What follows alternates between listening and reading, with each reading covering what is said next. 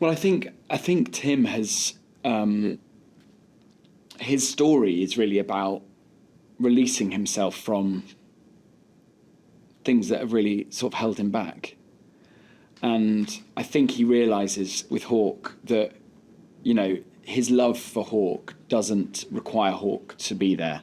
And actually, what he needs at that moment is for Hawk to see him in this moment and to remember him in this way.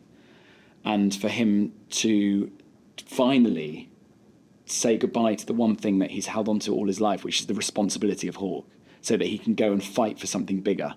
And he realizes that there is something much bigger than Hawk, and he is completely aligned for the first time in his life, and he doesn't need him. And they've lived their cosmic chapter together, which happened to be, 35 years. And, Tim found his true love. And, there's a whole other love story that is in Fellow Travellers that isn't talked about that much, which is of friendship, and particularly queer friendship. And at this moment, there's such a beautiful, it's a sort of an elegy really for Tim, but he ends up in the West Coast and they move east to west with Frankie and Marcus, and they're all living together. He works with Frankie. He's with his people, and he's with his people who loved him unconditionally. And I think